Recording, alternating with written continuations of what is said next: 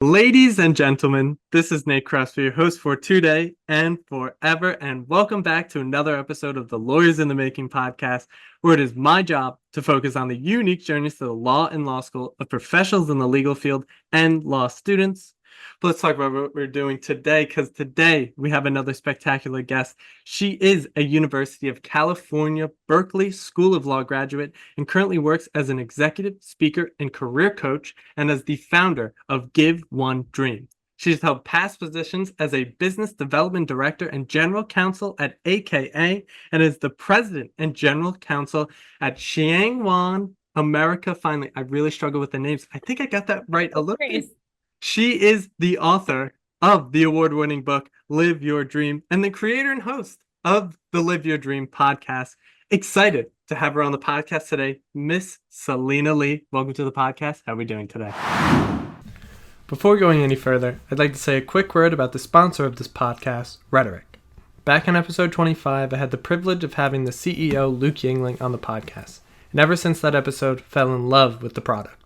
Rhetoric takes user briefs and motions and compares them against the text of opinions written by judges to identify ways to tailor their arguments to better persuade the judges handling their cases.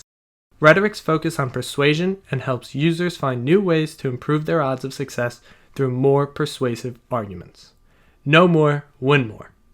I was able to see a demo of the product, and its cutting-edge technology and fascinating features make for a product I am proud to sponsor, and further shows the new digital era the field of law has been entering thus far on my journey doing this podcast. If you decide to book a demo, let them know Nate sent you. Be sure to check them out in the show notes below or at userhetoric.com. One word, userhetoric.com. Now, back to the show. Thank you so much for having me, Nate. It's a pleasure to be here. Of course, it is a pleasure to have you here as well, Celina. Now, before we get started, can you introduce yourself to the audience and tell them a little bit about yourself? Yeah, sure. So after college, right after graduating from college, I started my career as an investment banker at Merrill Lynch. And then I went to law school at UC Berkeley. And I moved to New York City to work as a corporate lawyer. And I learned the hard way, the importance of doing work that's meaningful to me. You know, growing up, we are told the story of go to good school, get a good job, and you're going to be guaranteed a lifetime of happiness and success. And I felt like I kind of followed the formula. It didn't work for me. So I kind of went through this journey of really searching for my next step. And I realized I was not alone in feeling like I'm not the only one who didn't have it figured out. I think the world was telling us a narrative that didn't serve a lot of us who had a lot of different interests, maybe who didn't really need to be defined by one job title. And I am a curious person with a lot of different interests, which we'll talk about.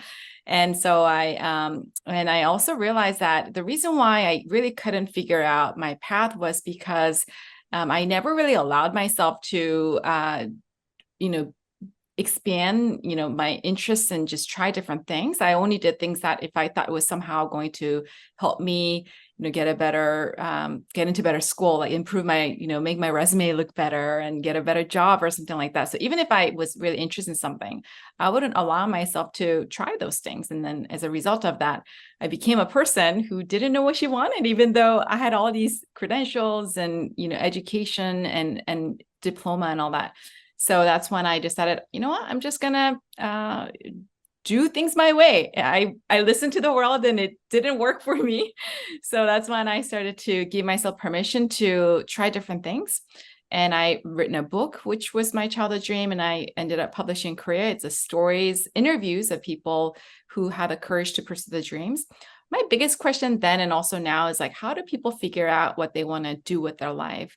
And that is something that we never learn. We don't learn that in school. We don't learn that in the family. And I was just really searching for the answer to that. So me writing the book was an answering that question for myself, which led to me becoming a speaker. And then just by just being out there and doing a lot of things, I discovered this world of coaching. And I was invited to join a leadership program in New York City. And one of the benefit of joining the program was that we got coaching sponsored by the organization. And my life really completely changed as a result of that. I actually didn't even know anything about coaching until I actually met with my coach. And then it was really powerful for me because I've never had anyone who really had no other agenda than like, she just wanted me to be the best that I can be. Of course, our family and friends can be supportive, but we already have an established relationship with them. It's really hard for them to be objective. But here was this trained professional who didn't have any other agenda than wanted me to be the best that I can be, asked really powerful questions to help me get to know myself, to be really honest with myself, and then to set goals for my future that was really aligned with my values and who I wanted to become, and then actually take action to make them happen. And then my life, completely changed. And I was also secretly envious of her, like what she was doing. But of course, my identity as a lawyer was really strong. So it took me a while, but eventually I ended up going to same coaching school that she did. And then I got certified as a coach. And then even though it was still a difficult decision, which we'll talk about, to leave law, I eventually did. So now I work as a full-time executive and career coach. And I help people navigate their career path, like to really figure out their next step and then to achieve their goals and dreams. And yeah, I really feel like this is my life's work. I'm really called to do this. So yeah, it's been an amazing journey. And I can't believe this is my job because I get to do what brings me joy and feel like what I do is really meaningful, which I honestly didn't feel that way when I was working as an investment banker and corporate lawyer. Wow, that was the most spectacular setup to any episode I think I've ever had on this podcast. Because it's the epitome. It is the tagline of this podcast that there is no straight path to the law school. There's only your unique journey. And you certainly have the unique journey that we love to hear on this podcast. We look at all ends of the earth to find journeys like this. So let's go. I want to go all the way back before college because like I told you before, I watched your TED Talk and you were born in California and then you went to South Korea and then you came back to California and you had some struggles there in terms of being an ESL student, working through that, being one of the people that, weren't living in this country but came back over. So can you talk about that story of yours and how you ended up at, now let me say, MIT, one of the universities in the world? So can you tell that story and give us a little insight into it? Yeah, sure. So I was born in California. My dad had a job. He was I guess for a person of his generation, he spoke English. I guess there weren't that many people at the time, and he's self-taught, which is amazing. He came from a small little town in Korea, and he just really took an interest in English language. And he worked for a company, and because he spoke English, they sent him to the US to open up their US operation. So just randomly, I was born in California. I was born in LA. And then when I was 3 or 4 years old, the company asked him back. So we moved to Korea. And so I lived there until I graduated elementary school. So I would think I finished 6th grade. And then also I went a little bit of 7th grade middle school. And then we moved back to Southern California at the end of my 7th grade. So yeah, it was really, really tough. Unlike now, Korea was not a very cool country. I mean, there was really people just didn't know anything about it. So I got a lot of questions like, oh, are you from China? Or, are you from Japan? Things like that. And which is very typical for someone, who's from Korea. And and I got a lot of there was a lot of bullying. It was kind of traumatic at the time, to be honest. And I remember, okay, this is a story that I haven't told a lot of people, but I was actually thinking about it yesterday. There was so much bullying going on because like even though I'm a US citizen, I was born here, right? I just look different. I from a different culture, speak a different language, and obviously I was not fluent in English at the time. So I remember like the kids would just like pick up me, and I wasn't good in sports and, things like that. And so I remember we had a PE class, and I remember I would rather take like 5 math classes. So if I don't have to take a PE class, because that's when you have to socialize, right? And then during lunchtime, like all these kids would like make fun of me and things like that. So I would, I remember I would make sure that I have an older sister who's 1 year older than me. And then we would try to match our lunchtime together. And so we would meet, and then we would try to avoid the area where the kids were having lunch. And then I don't know why it was, but it was in front of a biology class. Like there's like just on the floor, we would hide in the corner in front of the biology class, and we just sit on the floor and eat our lunch. And so we could avoid the kids, right? And then looking back, I feel so sorry for myself. And I actually had gone back to the middle school where I graduated. And then it was actually really strange, Nate. Like a place has a way of bringing you back to that time. And even though I'm an adult, obviously, and then I am not that kid anymore, I felt like that kid again. And then like there was like tears rolling down my cheeks, yeah. So it was definitely really, really tough. And I thought somehow that it's because I'm not fluent in English that they're making fun of me. And so it was, my life depended on it. So I like studied really, really hard. I think I came at the end of 7th grade, and then we had like summer break for 3 months.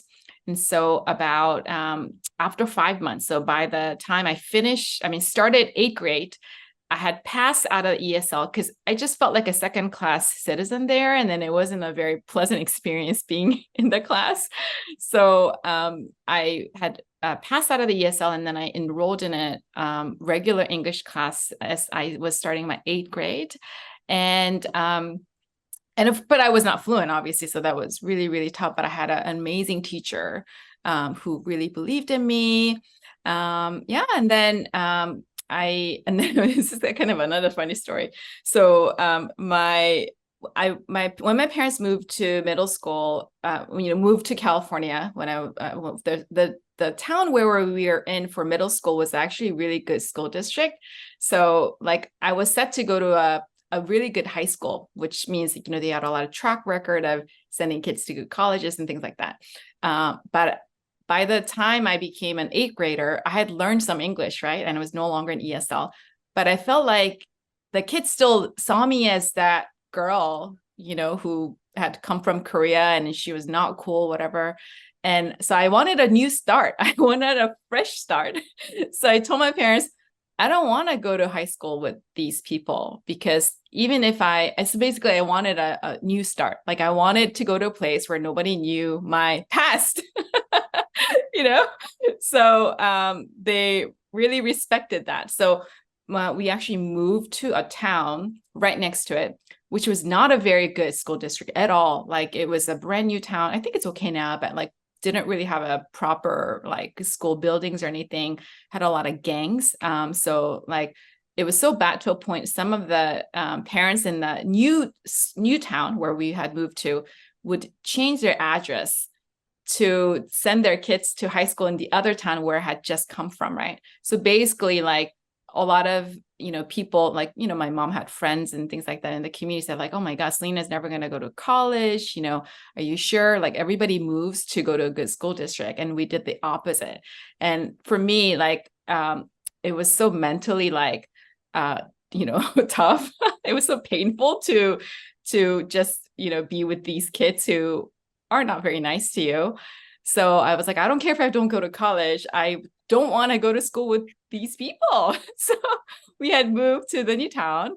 And then, and it wasn't easy. Obviously, I had learned more English by then, but the school wasn't really, it was an okay school, but I didn't have access to a lot of the resources or a lot of the classes that I think would have helped me for school college application. So even though I had good GPA and I worked really hard and my teachers were very nice, they would say, Celina, like, I know you have these dreams to go to schools, like maybe like kind of like Ivy Leagues, or maybe you want to go to school on the East Coast, but literally nobody has ever gone into Ivy League from our school ever. And so like, I think you're dreaming too high. I don't want you to be disappointed. I don't think it's going to happen. And I was so like, crushed. I just felt like it's like reaching for the stars, but I'm a dreamer. So I believe that somehow maybe I can make it happen. I don't know. I think somehow I just believe that I can maybe figure it out.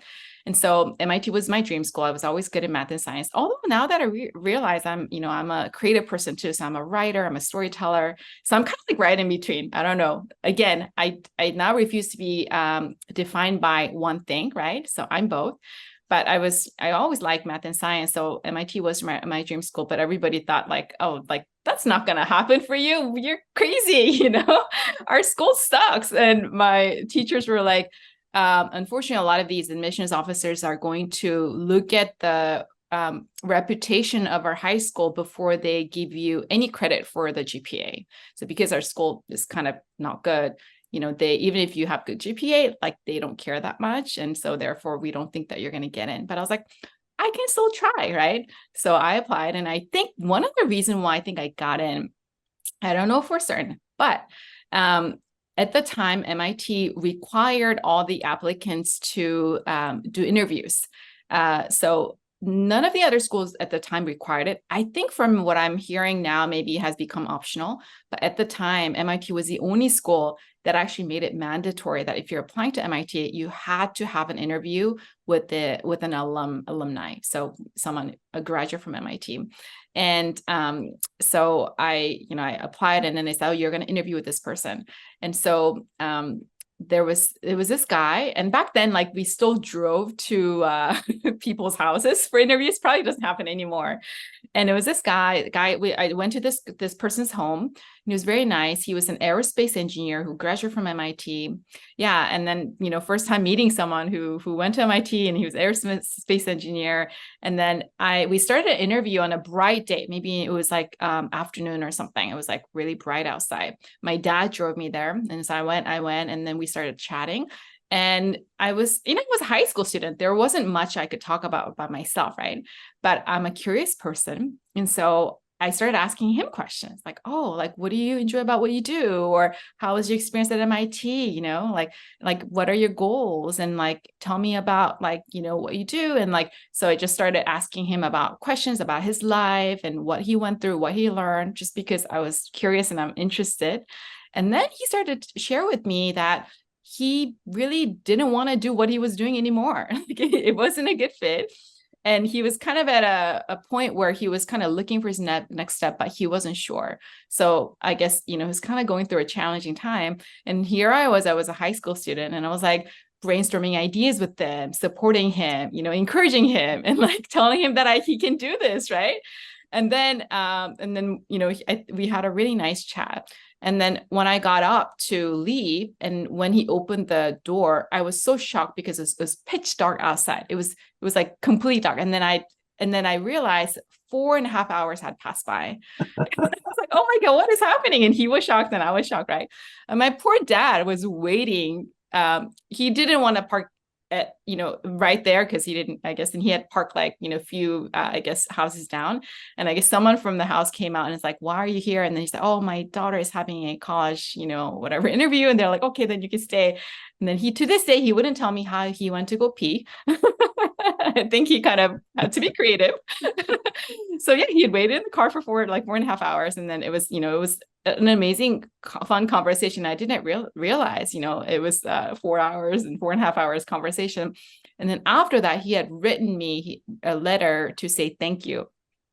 And he was thanking me, and I was thankful to him, right? And somehow I got an acceptance letter sometime after.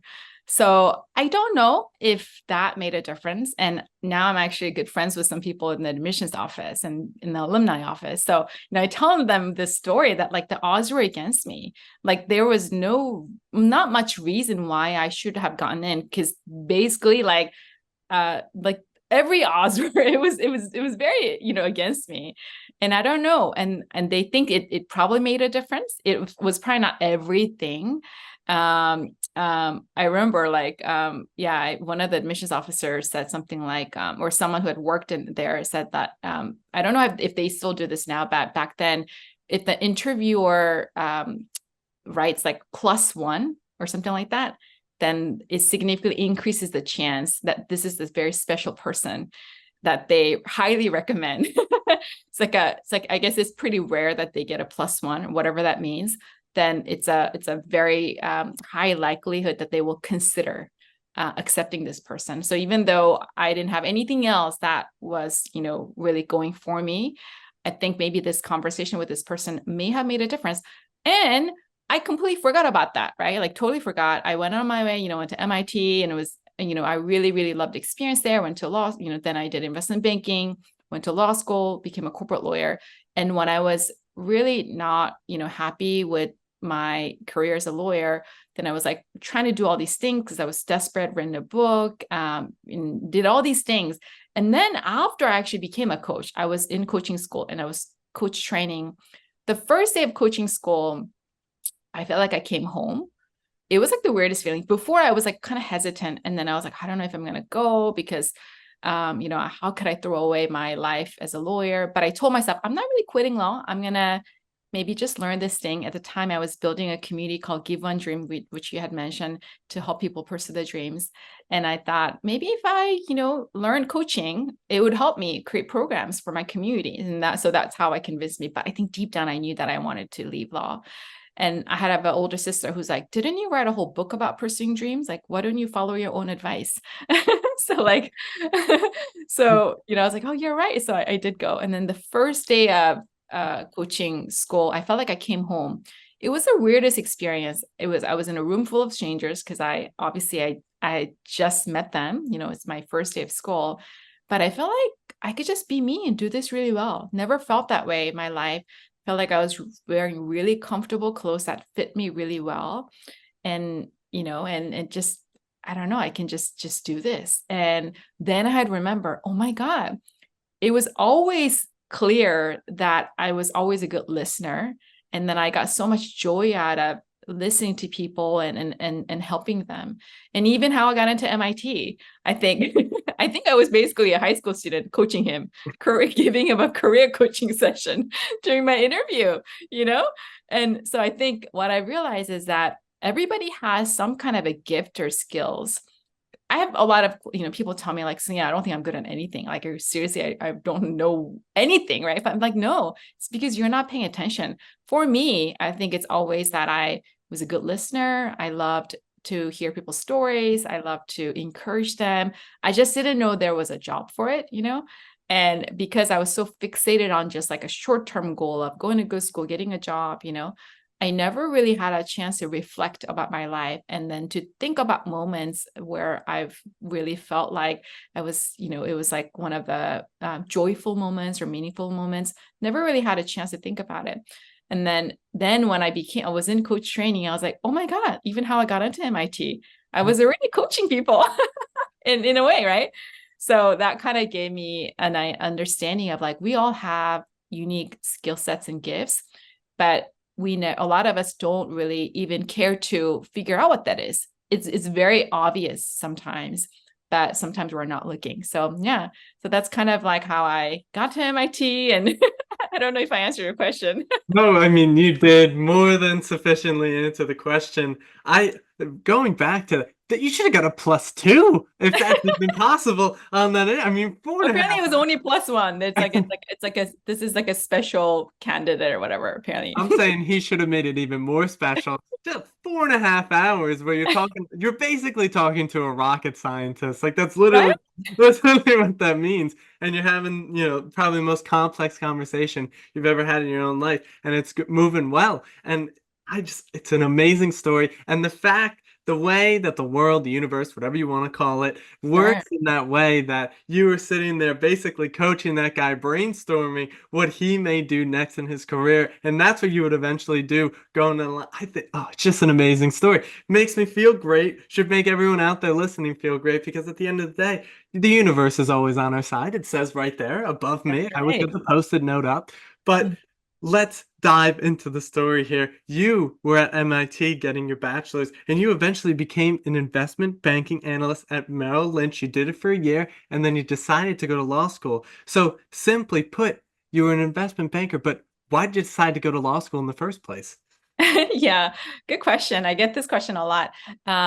Actually, when I was at MIT, I developed an interest in going to law school because I had a mentor who went to law school but never practiced. He went to Harvard Law School. He never practiced as a lawyer, but he was a dean at MIT for a long time. He was a professor at MIT for over 40 years, and he was a dear mentor to me. And and I also was his like a undergrad research assistant. I'm an assistant. I'm an undergrad student, so I didn't know much, but I was helped him out with his research. He was ahead of his time. He was always interested in the relationship between technology and lawmaking and how one influenced the other. And he was so interested in it, and to a point where even like after he retired, he would like, he would just do it on his own.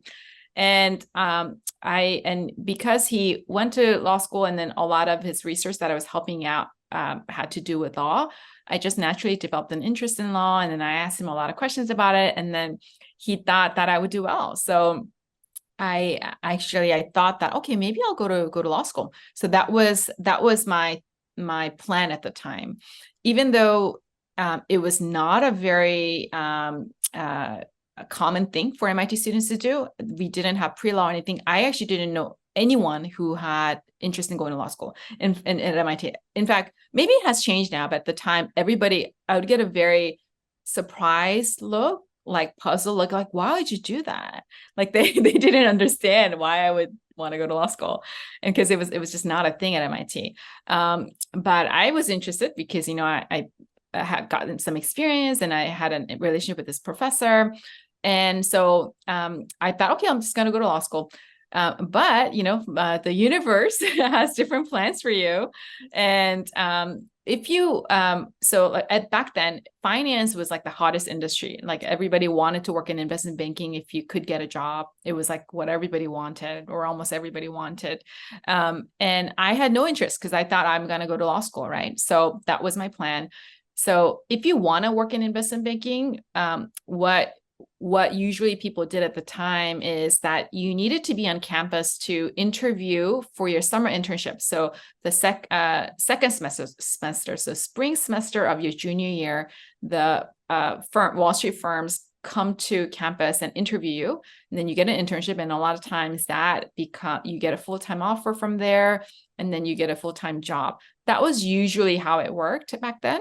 But I had no interest in going to investment banking because I was going to go to law school, remember? So I actually was at Oxford that semester. I took a semester off. And this was also very un-MIT thing to do. Like nobody did that.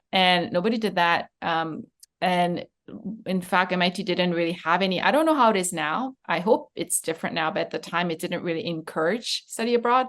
So I had to go through layers and layers and layers of approval for me to like go. And then I don't think they gave me any credit for any of the classes I took at Oxford. I basically had to make sure that I graduated 3.5 years so I could take a semester off. But for me, I'm a very curious person. I thought, hey, I'm here for 8 semesters. I would love to go somewhere different and experience something new. And I don't know, maybe I'll go to Europe because I'm from Asia, I have some experience there. I'm now in the school in the US, and I would love to go to Europe. And because I didn't really speak French or anything, then I would have loved to go to Paris, but I didn't. So I was like, okay, Oxford sounds good. And because MIT was very like science, obviously engineering school, I didn't want to go to Cambridge. I wanted to do something very different. So that's why I went to Oxford. And then, so I took that semester off. So I was not even on campus to interview. And it was a really, really amazing time. If any of you are listening are a student and you're in undergrad or maybe in law school, if you do have the option to take a semester off or maybe a few months off, or maybe go to, during your summer, and you can go study abroad or spend a few months abroad or go somewhere you've never been, go. I think it's one of the most amazing experiences, because I think you'll learn you learn a lot about yourself, like a lot, even at MIT. People are like, why do you want to go to law school? Why would you want to take a semester off? Like, why would you go away? Like, are you unhappy here? I'm like, no, I'm really happy here, but I'm going to be here for 8 semesters. How many times am I going to get a chance where I can just take a few months off, go to a completely new country, and then be able to come back? When you get a full-time job, not many employers will let you to do that. Maybe it has changed a bit with the remote work and stuff, but back then, it's not as easy, right? So for some reason, I was wise enough to think that, and then I made totally like completely new friends. That I like made all these people who I still keep in touch with, who I otherwise would have never met. And I think what's really great about doing study abroad or living abroad, for that matter, is like when you get yourself out of a place that's comfortable for you, you have to reestablish your life from scratch, like to go out and make new friends. You have to learn how to like go grocery shopping. You have to like learn a new culture and like just way of being and existing and living. And then I think in an unfamiliar environment, sometimes you maybe you're a little bit uncomfortable, but I think you learn even more about yourself. Like, oh, I'm a person who reacts this way when in this kind of situation, right? And I think it's an incredible way to grow and to learn how to adjust. And so I think because I experienced from coming from Korea to the US at an early age. I went to Oxford, and after that I worked in Hong Kong and Singapore and like many different places around the world. So I've developed this ability to kind of adapt and adjust anywhere. I can make friends with anybody. And, it helps that I'm just a person who's really interested in people and I'm curious. But I think it's an incredibly unique skill sets to have. So any student listening, study abroad, I highly recommend it. And then so during study abroad, Oxford was on a quarter system.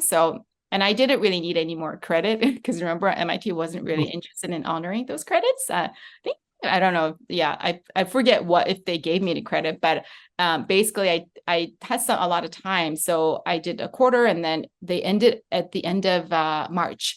And so I had all these plans to travel in Europe and then maybe study for the LSAT and then apply to law school in the fall.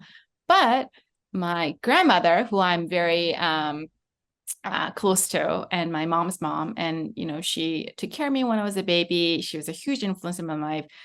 She was very ill, and I was told that she may only have maybe a few months or weeks left.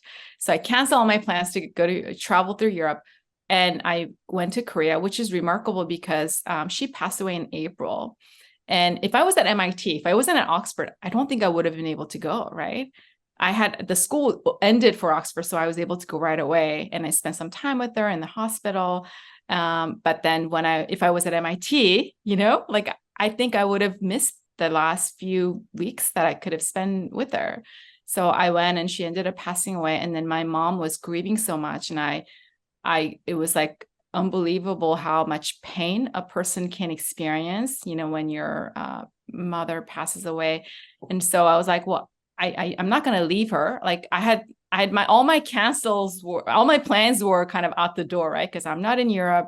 My grandmother just passed away. So I was like, well, maybe I should just like get an internship and make some money and like try to support the family here because I'm here anyway. Remember how back then investment banking was really hot? So I thought, well, I should be here for my mom. And so just in Korea, I just sent my resume to a lot of the investment banking offices within Seoul because I didn't want to go back to the US just to be closer to my family. And everybody called me for an interview. I think back then it was very rare for someone from a good school in the US to speak Korean fluently and to speak English fluently, right? So I was bilingual and bicultural. So that was very unique. And then I'm sure they liked the fact that I went to MIT and had good grades. So everybody gave me a job. And then Merrill Lynch, I think, I don't know, I liked them and they, I think, paid me a lot of money for a college student. So I ended up working there. And then for the summer, and then that kind of led to a full-time offer. So I thought about, well, like why I was like, well, but I was going to go to law school. Should I, take the full-time offer or not? And, but I was like, well, maybe it doesn't hurt to have some work experience before going to law school. So that was a plan. I never really planned to stay in investment banking for too long anyway. It was just for a while and just to experience, because everybody wanted it, wanted the job. And so I was like, well, I have the opportunity, and they call me every day to accept the offer. So like, I was like, okay, fine, I'll do it for a little bit. And then, but I had always planned to go to law school. So eventually I did. So that's kind of how like I eventually, found my way to law school, but kind of through a different path than I had planned in the beginning. I mean, that is just absolutely amazing. Celina, I'll be honest, I could listen to you tell your stories all day long. Like it is just amazing. All the things that happen in your life and the fact that like I know one of the things all the way back, episode 27, such a long time ago, but Jonah Perlin, he talks about Cal Newport, who's very prominent nowadays, Oh deep yeah. work and all that stuff. Deep work. But he said that, looking back on your career, everything makes so much sense. And while you're going through it, nothing makes any sense It at makes all. sense. And listening to you go back and look back at everything and explain everything and how everything just sort of fell into place very perfectly, like it just every time it blows my mind. Every single time it really, really does. There's just something special about it. Some outside of our tangible material experience that makes it all that much better. But you ended up at the University of Cal Berkeley School of Law. Very good, very good. You are star-studded, by the way. And you end up there, and it's your first year there. Now, I love talking about the first year. It's my favorite thing to do. People hate it, people love it. But how is it for you, Celina? And I bet you loved it. Nate, I don't know if you saw one of my LinkedIn posts that went viral. That where I had written about my 1L experience. It's interesting. A few months ago, I went to the UC Berkeley Law School alumni event. And then after the alumni event, I was kind of like reflecting back on my 1L experience, and I wrote the post. And then to my very big surprise, it totally went viral, and I couldn't believe it. So I'm assuming that my experience is something that, a lot of people could relate to. I had made the mistake of right before law school started, I read the book 1L. I don't know if anybody still By reads Scott Turow, one of Yeah. my favorite books. I love that book. Yeah. But I mean, for whatever reason, I don't know why I felt the need to read it right before. It was probably not a good idea because it just like scared the hell out of me. And I was just so afraid of, not doing well. And I'm a very anxious person. I'm an anxious test taker. So I always worried about not doing well. And the anxiety was usually around tests.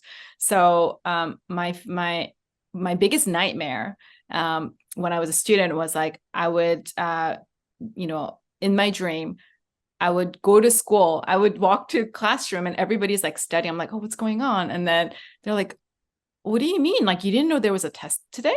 Like everybody knew, like, what's wrong with you? And then I would just like freak out. I was the only one who didn't know there was a test day. And then I would like just freak out. And then I like wake up with cold sweats. Like that was a recurring nightmare all throughout my childhood. And you can imagine like how terrifying that must have been.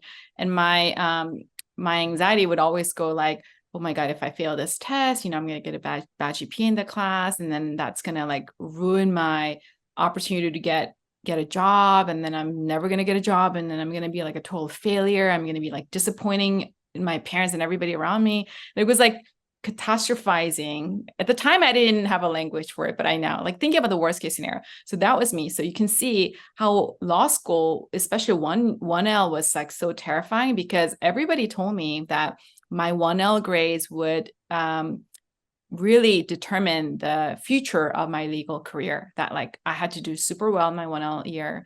And then that would help me get an internship. And then that would lead to a full-time job offer. So I believe them. And I absolutely sacrifice everything to do the best that I can. And my 1L year, and I remember like, I like during Thanksgiving, my friends would because, like we're all living by ourselves, right? Because our families, most of them are away. And I like my friends like, oh, do you want to come for Thanksgiving dinner? I'm like, no, I have to study because like finals were coming up, right? And then sometimes there were these like 4 or 5 day, like a long weekend, right? Sometimes we'll get like a Friday off or Monday off, or whatever. And I would realize that, oh my God, like the 4 or 5 days, I had not talked to a single human being. And I was just like by myself trying to study the whole time. And of course, I wasn't always productive, right? But I was trying, right? And then all these worries and anxiety, and I was just so worried about not doing well. I didn't really make a lot of friends, although I have very, very good friends from law school, the ones who suffered together. Like we were in a study group and then we didn't study much. We just complained a lot. And then we became like our support. And then my dearest friends, I actually have really, really, some of my best friends are from law school, but I didn't meet a lot of people because I was isolating myself all the time. And then, so I absolutely sacrificed everything and I lost so much weight. It was so awful. And sometimes I would like, oh my God, my pants were just like, I mean, normally for a girl, like we want to, be thin, which is also a topic that's probably not healthy, but this is like the first time I lost a lot of weight without trying, because I think I just forgot to eat. Sometimes I'm like, I'll go like a whole day with eating a banana and I'm like, oh my God, I'm not even hungry. When you don't eat, like you're not even hungry. It was absolutely like totally unhealthy for physical health and mental health. Awful. But I was like, I'm gonna like get the best grades possible. And when I got my 1L grades, I was absolutely devastated because I had not done well. My grades were not good. And I felt like an absolute failure. I was like, my life is over. Like I didn't want to go back to investment banking because I didn't like it very much. I just felt like I didn't belong. It was all about money. And like, I don't know, I just really didn't feel like my future was there. So I didn't want to go back to investment banking. And so I thought, I have to really make it here in law. And even though I didn't want to go back to investment banking, when I left, I saw my colleagues at the investment bank rise up through the ranks. They would get promoted, they would get a lot of, bonus, whatever. So I had to convince myself that I had made the right choice by leaving.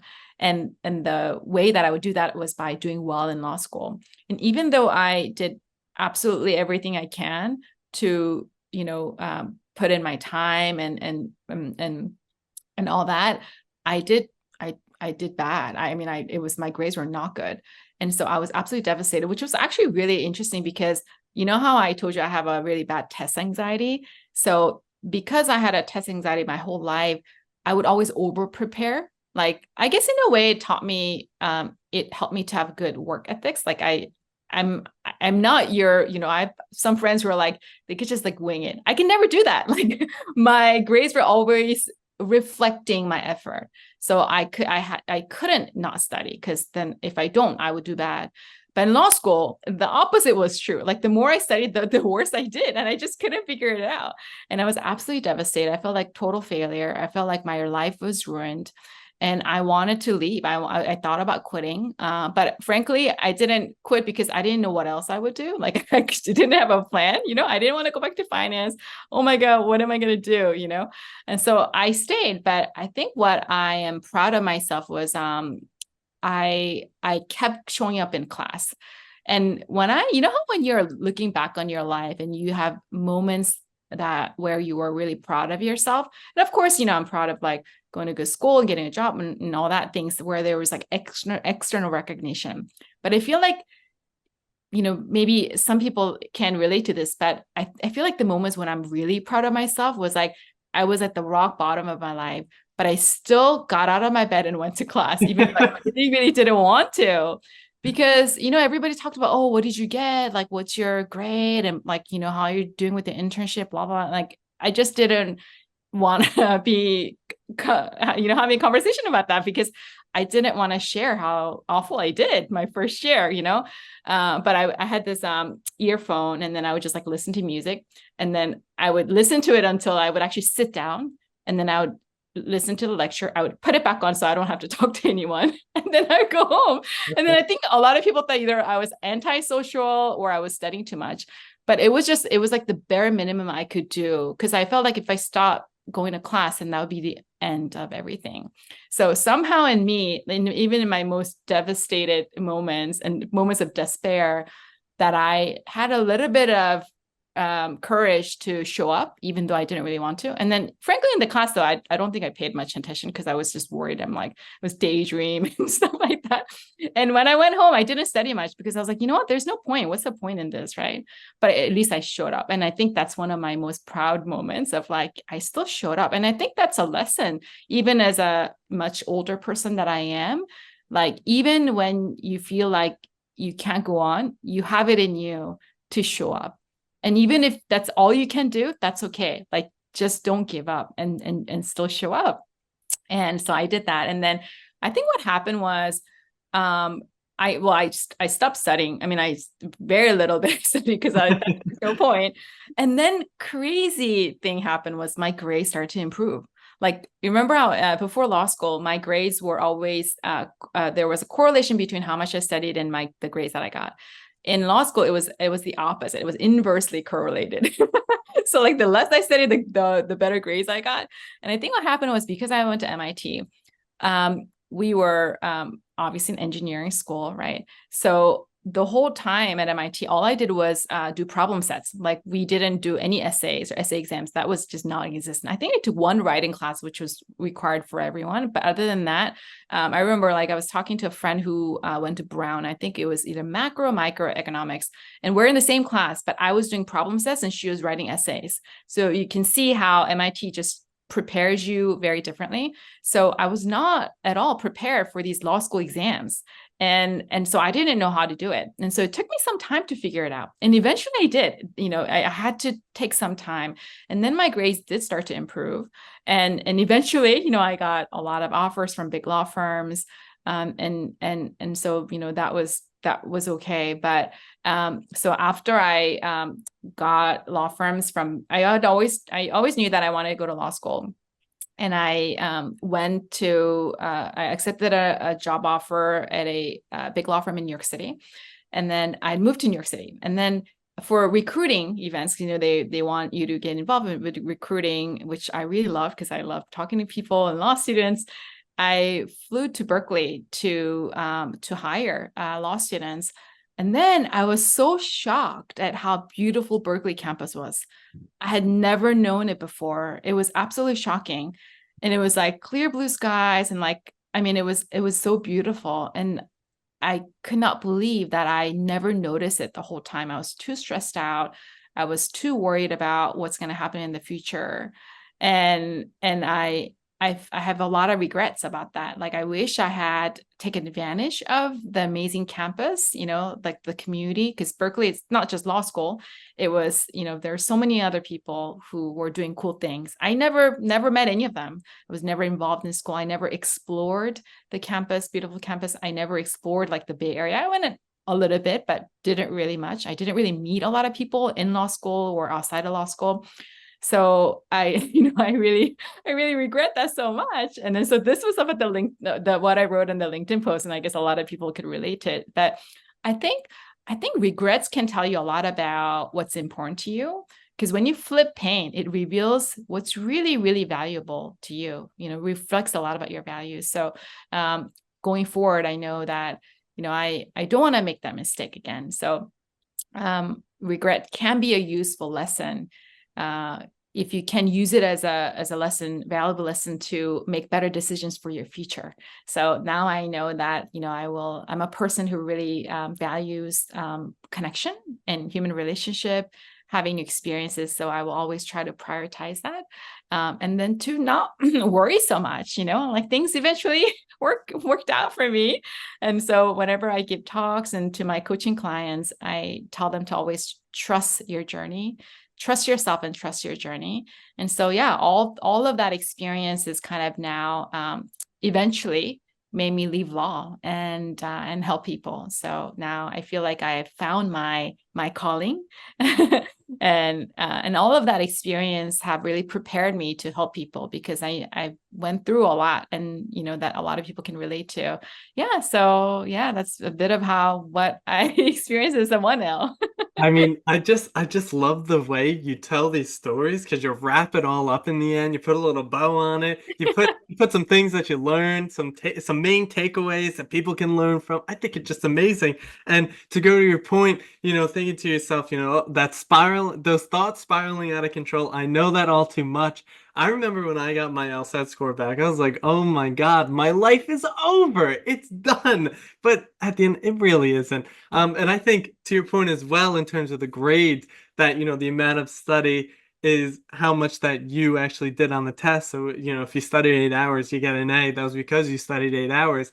And I think it was probably because, and I felt the same way before, that the less you studied, it put less pressure on yourself. So it's like, oh, if I'm studying and I think this will get me a C and I get an A, and I'm like, oh my God, I can't believe that happened. But the amount of stress that you're putting yourself was kind of lifted off, and you're like, all right, like it's not the biggest deal in the world if I don't do that great. And that actually made you do better than do worse, which is just the craziest thing. It's just, one of those crazy paradoxes that is just logically unsolvable, but it's just the way it goes.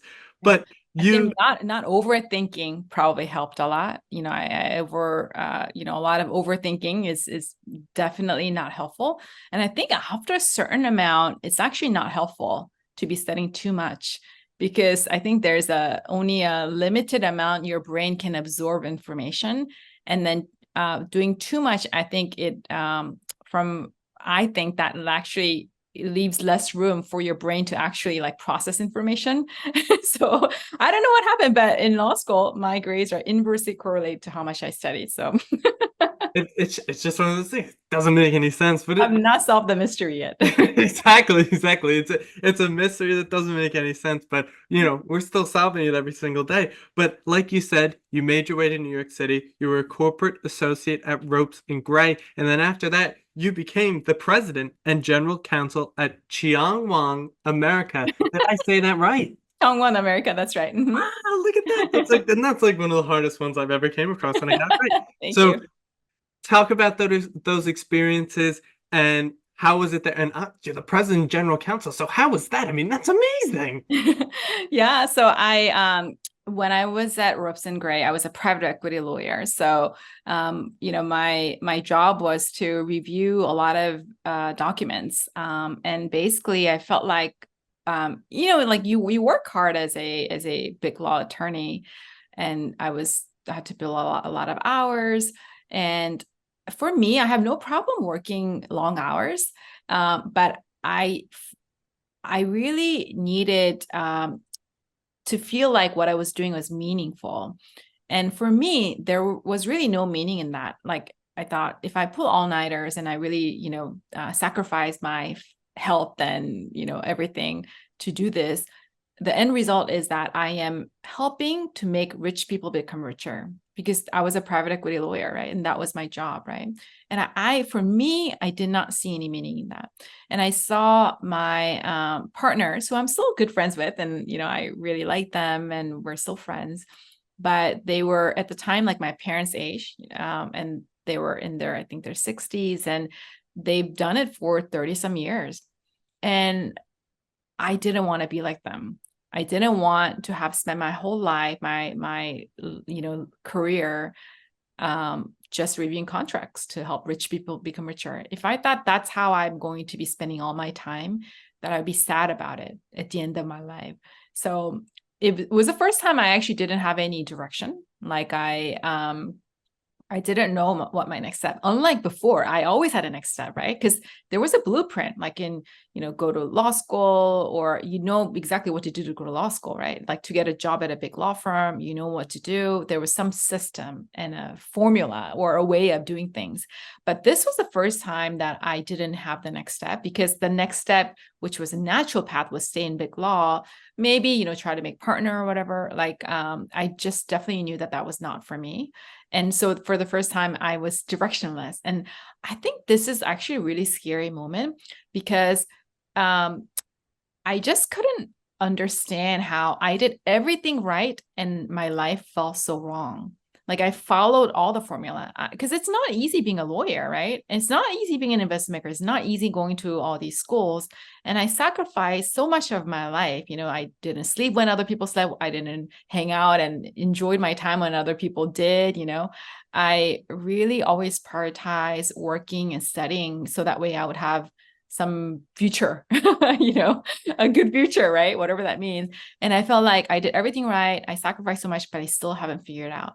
And I felt like somehow I was deceived, like the world was telling me a lie to do all these things I followed and it didn't work for me. And I was like, oh my God, I won the race, but I was in the wrong race. And nobody told me that before you sign up for a race, you have to think about whether that's the right race for you. And I won the race, but it was the wrong race for me. And I think it's such a debilitating feeling to have when you're a really hardworking person, but you don't know what to work hard at anymore. Like if I was unhappy because I didn't achieve the goals I wanted, it's easy. Work harder to achieve the goal and then you'd be happier, right? But I achieved the goal and I was still unhappy and unfulfilled, right? And I just couldn't figure it out. And I was very, very desperate. So I thought about, okay, well, what do I want to do next? And I didn't even know if I wanted to be a lawyer anymore. And I just felt like, I don't know what I want. And I was like, well, oh my God, what happened to my life? I worked so hard and I became this person who doesn't even know what she wants. And I thought, maybe I don't even want to do law anymore. I don't want to go back to finance. I don't even know what industry interests me. Like, how did I get here? With all the degrees and jobs that I have, I became someone who doesn't even know her next step. So I thought about, okay, well, what do I really want to do? And I was always more interested in like the business. So when I was a private equity lawyer, these big funds are raising money to invest, right? And I was always curious about what they're trying to do, like, oh, what company are they trying to build or invest? And I would ask my partners, like, oh, what are they doing? What are they trying to do with that money or with investment? What business? Blah blah blah. And like most of the time, the senior lawyers were like, oh, you don't have to worry about that. Just review the contracts and then, give me the comments or whatever. So, but I was always interested in more of the entrepreneurial side and what they're doing and building. And, what were they doing with their goals, right? And I realized that as a lawyer, I'm always going to be servicing somebody else's dream, like just assisting somebody else's dream. It was never going to be my thing. So when the opportunity to join a company was actually a Korean company that was interested in investing in real estate in New York. So when that opportunity came about, I thought that would be a good step for me because of course they wanted me to do legal work too, but I would also be doing more of a business work too. So I was always trying to get out. And then, and so that was really, really great experience. And so that was my step into kind of like the business world. And then after that, I had worked at an AI startup. At the time, I mean, AI is huge now, but this is years ago. And basically they were building an AI company to reduce the opportunity gap between, students. So they, through AI, their whole goal was to reduce the opportunity gap. So like basically make education tools and softwares available to a lot of students around the world who otherwise wouldn't have access to a real teacher, which I really believe in that vision. So that was really interesting. Of course, I did legal work too, but also I was doing their business development work. So that was my way. And then I was always kind of like, well, what do I want? So it was like one step. And while I was, after I left Big Law, I ended up writing a book. So as I mentioned before, it was always my childhood dream to write a book. I never had and still don't have an aspiration to become like a full-time writer. I just wanted one book with my name on it. I just thought it would be really cool. Like, I didn't care what kind of a book. That's what I'm saying. Yeah, it's like I mean, like it would be awesome. Yeah, I did. I mean, like the goal wasn't to become like a bestseller writer or like to become famous. I just wanted one book printed with my name on it. And that was my dream. And because as a little kid, I loved to read books. And I thought, when I grow up and it'd be really cool to have a book with my own name on it, and that was a big dream of mine that was really stayed with me. And then when I was kind of going through this, figure out my next step, I'd remember that dream. And I felt like I spent my whole entire life trying to do the things that other people told me to do. I never did what I wanted to do, right? And I was really restricting myself in that way. And I was like, all I did was like just follow what other people told me to do. And then I did all that and I still haven't figured it out. It obviously didn't work for me. So I'm like, you know what? I'm going to do what I want. So I was like, well, what do I want? I was like, well, I wanted to write a book. So I was like, I'm going to do it. I'm going to do it. So for the first time in my life, I gave myself permission to do the things that brings me joy and that I think is meaningful, even if it had nothing to do with my job at the time. And of course, the book became a turning point for me to change my career, but that was not the plan. And I couldn't have predicted it at the moment. I thought I'm just going to write this book and then go back, still be a practice lawyer, which I was doing at the time. And I think there is some amazing, things that you can learn when you are the person who like, it's your thing, right? Like, because the book wasn't a thing until I actually wrote one. And then there's this journey of turning in a vision and idea into a reality. And then that I did that just for myself and that it became a thing. And then the bonus was that a lot of people read it and then they really liked it. And through that, a lot of opportunities came, right? So this is something that, sometimes people ask me like, Celina, is there anything that you wish you had known when you were younger that you know now? I'm like, listen to your curiosities and give yourself permission to do the things that brings you joy and that you think is meaningful, even if it has nothing to do with your job. And I think the mistake that I had made was I was always suppressing my interests and curiosities. Like, even if I wanted to try these things, I'm like, well, I don't have enough time to study. I need to do things that look good for my resume. How is this going to help me, make my resume better? Is that going to help me get into a better job?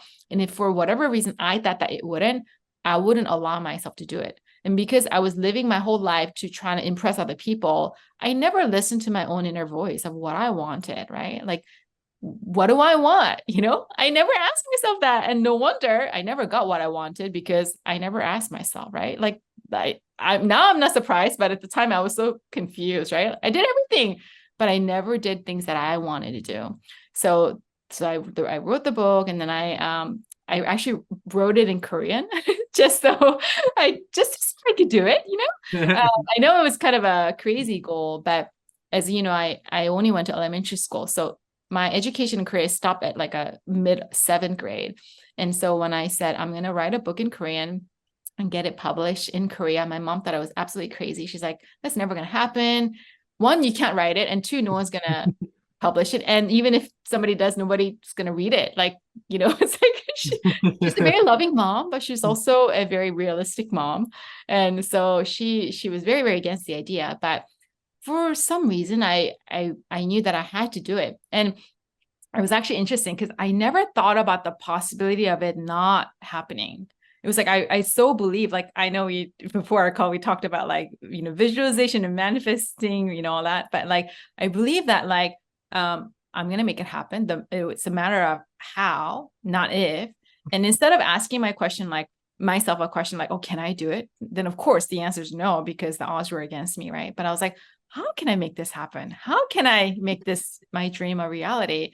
And I thought about, then the answers are different, right? Like then I figure out a way.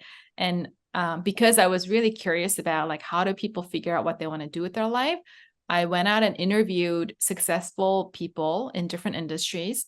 And I asked them, like, how did you know that's what you wanted to do? Like, how did you figure that out? And what experiences, like, what did you do to overcome fears of failures and rejections? And how did you achieve your dream? So it was like my attempt at learning from mentors, maybe who were a few steps ahead of me. And then hopefully that will, help me and also help other readers. And yeah, and then that was 9 people's stories, dream stories. And then the last chapter of the book was dedicated to the readers to write their own dreams in it. It was a blank chapter. And then the reader gets to close the chapter. So you get to be part of the dream story. And I thought that would be hopefully inspiring for people, that in the same way that I was achieving my dream of writing the book, that like it could be related to a career, but it doesn't have to be. It could be a bucket list. We all have things that we want to achieve in our life, but a lot of us don't give ourselves the permission to try it. And I know that like for me, it took a long time to do that. So it was just an invitation. And then after that, a lot of people started to send me their dream stories. And then that led to me starting a community called Give One Dream to help people pursue their dreams. And I did lots of campaigns and projects, spoke at a lot of different places. Yeah. And then eventually found my way into coaching. So I guess in a way, like, even though the titles or whatever, like I was doing changed, I'm a person who really wants the best for people. Like I guess as a coach, I'm a person who maybe believes in my clients more than they believe in themselves, because I really feel like we all have what it takes to make our dreams happen, to figure out a career, to achieve goals. So that's why I feel like I'm really called to do this work, and that this is my life's work and my life, like my mission in life. Yeah. I mean, listen, the people listening can't see me right now, but I'm smiling ear to ear right now. I've been Yes. smiling ear to ear for 20 minutes straight. I just love it so much. And on top of it all, I can relate more than anyone else on this planet with what you were saying. Because you're on the podcast, you're on the thing that was just one day a thought in my head that is Right. this whole giant thing that I do on a daily basis all the time. And it is just amazing. And I couldn't agree more with what you were saying there. With, you have that dream. And I knew from the beginning when I first thought, oh, I'm going to start a podcast, like, I'm going to do it. I'm going to really do it. I could see it in my head. And then as it became a reality, as it became more than a reality, as it just became something that I could have never imagined, I just couldn't believe it more. And to really go back to that point when you're talking about, you're at your rock bottom, in law school, and then you felt like you were directionless in your job. And I couldn't relate more than that. I got the LSAT grade, but even before that, I wanted to go to the Ivy Leagues. I wanted to go to the Harvards, to the Yales, to the Berkeleys, every place that you could think of, the top. And I literally, my sophomore year, second semester, built out a giant spreadsheet with every single top law school in the country, with how much they cost, how much the GPA was, how much the LSAT was, all these, literally everything that you could have done.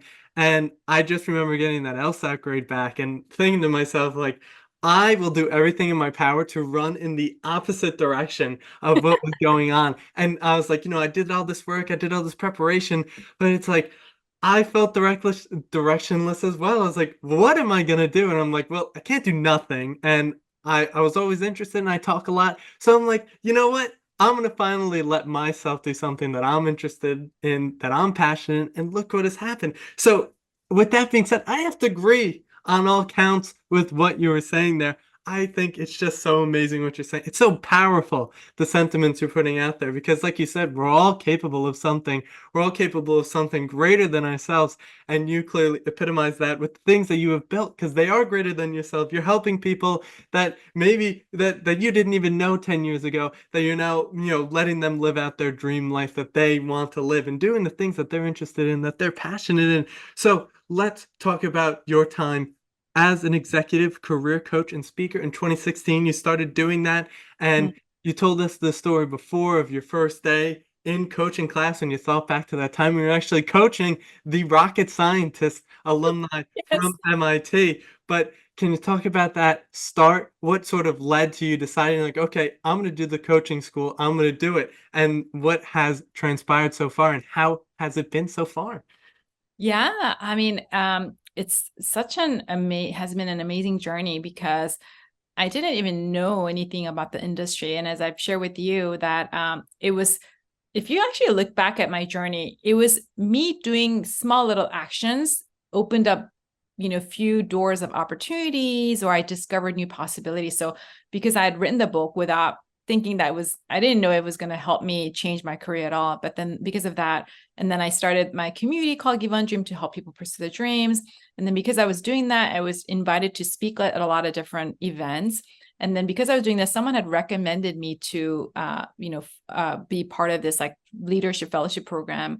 And then because I joined that, I learned about the world of coaching, because I got coaching sponsored by the organization. That's the first time I found out. So then, even though I had a lot of fear, I enrolled in the coaching school, thinking that maybe I'm just gonna, do this on the side, But as I let you know, that I felt like I came home, right? So it's like I wouldn't have gone there if I was just like oh my God, like just in my home and just overthinking, underacting and not doing anything, right? Maybe I wouldn't even have known about the coaching industry, right? It's like, just like, so if anyone out there, like you feel like you don't know what you want to do, just go on and try things like, listen to your curiosities. Anything that like Nate, you're doing now, you start a podcast, you're like, yeah, maybe you felt, down that the LSAT, score wasn't as high as you had wanted it to be, but rather than just being down and just like not doing anything about that, you're like, well, I like stories and I love to talk to people, let me start a podcast, right? So I think action is what's going to help you get unstuck. Like a lot of times I've seen that people with overthinking with inaction, which is overthinking and not taking any action, is this compounds anxiety. It is not helpful to move you forward. It doesn't. So just go ahead and do anything. So for me, that's what I did. And then I really loved my experience, like what I was learning as a coach. And it just made sense to me. Like I was just naturally interested in the topic. And even though, I really loved my experience, I had a lot of anxiety about leaving law because my identity as a lawyer was really strong, right? By then, like I had been practicing for many years, and basically all my network, all the people I knew were either, a lawyer or maybe in finance, mostly lawyers, right? And so when you're surrounded by everyone who just does that, like the possibility of dreaming something different is really hard and often scary. And so even though I wanted to do it, I had a lot of fear. And so I after I got certified, like, I was like kind of trying to do both. And then at some point it just became not possible. Like I had to choose. And it was a very scary moment. And I remember I like to walk around when I have to think a lot. So I live in New York City and just like walked around. And then I just randomly went into some random cafe. I still remember what it looked like. And I just sat down and I was like drinking a cup of coffee. And then I looked at the ceiling, and then somehow I heard this voice. Maybe it's an intuition or whatever. It says like, Celina, you have to leave. Like you have to do this. And I don't know where I heard it or how I heard it or why I heard it. And basically I heard the voice that I have to try it. And if you look at my, career path until then, I was already established as a lawyer, and I had all these work experience. I had gone to school for it, took the bar exam. All my friends were lawyers. I had a lot to lose, and I was more established, right? But as a coach, like nobody knew me as a coach. Like it was like this path of the unknown. Now the coaching industry, I think, is a little bit more established, and people kind of know about it. But back then, this was I think 2016, and it wasn't as well known. I got a lot of questions like, what is that? Well, some people knew it, but not everybody. And like, why would you leave law? Are you crazy? You're going to throw away everything that you did. And like, oh my God, what if it doesn't work out? Like I had all these people who were kind of doubting whether this was a good decision. But for whatever reason, my intuition or my inner voice said that I have to try it. So, and that I would regret it. And also if I don't give it a try, because I've done a lot of random things, right, that seem to be unrelated to each other, right? And so there were times when I was really frustrated and would judge myself for not having figured out one path, right? Some there are people who are like, I'm a lawyer, or I'm an investment banker, or I'm a doctor, engineer, whatever you are. Like people are defined by one thing. And I think people take some comfort in that, But for me, as I was in investment banking, I did law, and I've written a book, and I started a community, and like I did a bunch of different things, but they didn't really make sense. There was no coherent theme in my my resume. And sometimes I get really frustrated. I was like, oh my God, what is wrong with me? I just can't figure out one thing. But I thought, as I was looking at what I was reviewing, kind of like reflecting on all that I've done, the ones that brought me true joy all had common themes, and that was people and stories. So that was my book. That was, I think, I eventually started a podcast then, but that was the community that I was building. I was speaking a lot. And whenever I did anything that involved people and stories, it was like, I loved it so much. It made me feel like alive, So I actually discovered the pattern then. So I was like, I found out like, this is like, because I've been like just so desperate to figure that thing out. And I was like, oh my God, I think I kind of found it. It's like anything that involves people and stories. I love it so much. So then I knew that going forward, anything that I do should involve people and story, because that's where, like that's my life's work. That's where I find the most joy. But if I'm still scared to leave law and I don't pursue it and I don't give myself permission to try it, I could be miserable for the rest of my life and I wouldn't even have right to complain, because I got some information that, maybe there's more joy in people and stories, right? That thing. But if I was too scared to leave law, then I don't even have right to complain. So I was like, I have to leave. So then, well, what's the first step, right? So I was very, very scared. And to me, like the identity transition was so tough because, in New York City, there's a lot of like receptions and networking events and all these things, and people going like, oh, what's your name and what do you do, right?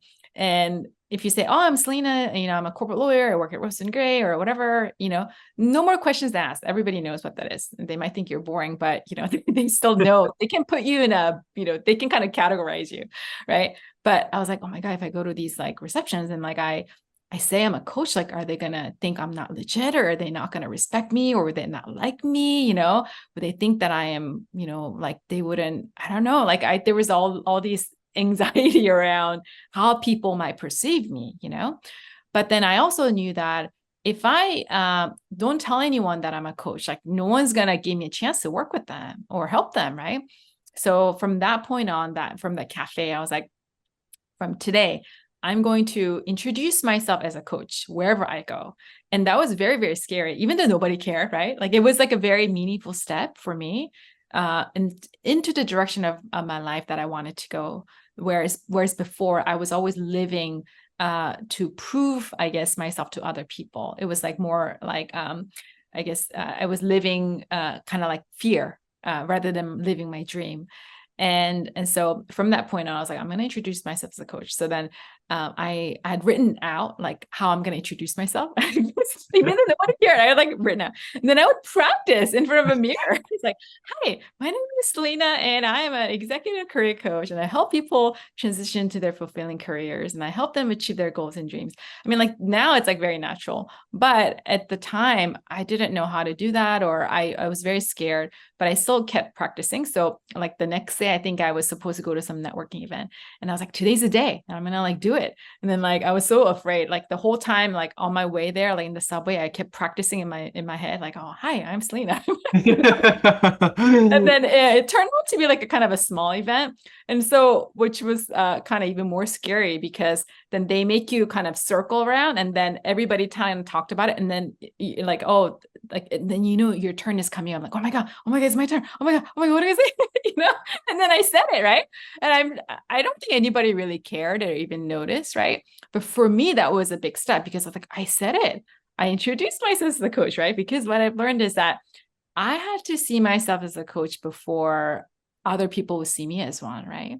And so that was a very meaningful moment. And after that, I kept saying that over and over again. And then people got to know me. They're like, oh, they're curious about what I do and things like that. And something new that I actually learned is that, how I was really worried about if, how other people might view me if I'm a lawyer or coach, whatever, right? I'm actually more popular at events now because I'm just so happy and passionate about what I do. Like, I really think it's really changed people's lives, and I think it's super meaningful, and I'm so excited about it. I can't stop talking about it. Like, it's like, this is like my dream, I get paid to do like what brings me joy every day. And I love it so much. So when I go to events, we're like, oh my God, like, who is she? Why is she so happy? Because that's pretty rare, especially here in New York City. A lot of people are very stressed out. So they like line up to talk to me because they want to know what I do. And naturally, they are curious about what I do and my background, right? Whereas before I was kind of down and like not a very fun person to talk to. So what I've learned is that how other people see you has less to do with your job title than how you feel about what you do. So if I feel like, like I'm really changing lives, which I think I am, and helping people, and I'm really excited about it, and I can't stop talking about it, then people feel that energy. Whereas whether you're a lawyer, doctor, I don't care what job you have, you're not really excited about that, like that's not going to leave a very good impression on other people. So if there's anyone listening out there and like worried about maybe changing career, you're worried about what other people think about you, trust me, once you figure out, your thing that brings you joy and that you think is meaningful, like that will actually help people to see you and want to get to know you better more than just being in a job and feeling stuck. Yeah, once again, absolutely spectacularly said. I couldn't agree more. And just like you said, sort of defining yourself by, the position that you had or the accolades that you had. But I think one of the most important things that someone told me that I really, really took in and really tried to understand is, a lot of life is sales. So you're trying to sell people on something, or Sure. you should use my service, or I should be your coach. But the first person you have to sell is yourself. And once you do Exactly. that, you can sell it to anyone else. So if, just like myself, it would be better to explain from my own perspective and experience. But, when I first started podcasting, when I first started the podcast, I still remember that day when I was going to post it on, my personal Instagram, where all my friends follow me, where all the people from Right. high school follow me, where, my brother's friends, my family, yeah, pretty much everyone can see it. And it literally took me 15 minutes to put simply just a picture on my story. I couldn't do it. And it was just like the overwhelming like nervousness and the anxiousness, like, oh my God, what are people gonna think? What is this person gonna think? What are people gonna say? And like to then post it and then get like the outpouring of support and be like, oh my God, like Nate, this is so cool. Like this is really cool what you're doing. And like it just like made me realize like, what am I worried about? What exactly am I worried about? And it just makes you more comfortable in your skin. And just like you said, like you're more energetic, you're really happy. It's like, why is that person that happy? I need to go find out. And more often than not, that happens with me. I mean, you could already tell I'm a very smiley guy. I'm always smiling. So people want to find out, like, why is that guy smiling all the time? And still to this day, I still get a little embarrassed when people talk about the podcast around me, like in real life. I remember even last or this year, first semester or second semester, one of my teachers is actually or professor, sorry. One of my professors was actually a listener, and like he followed me on LinkedIn. Oh, He knew all amazing. about it.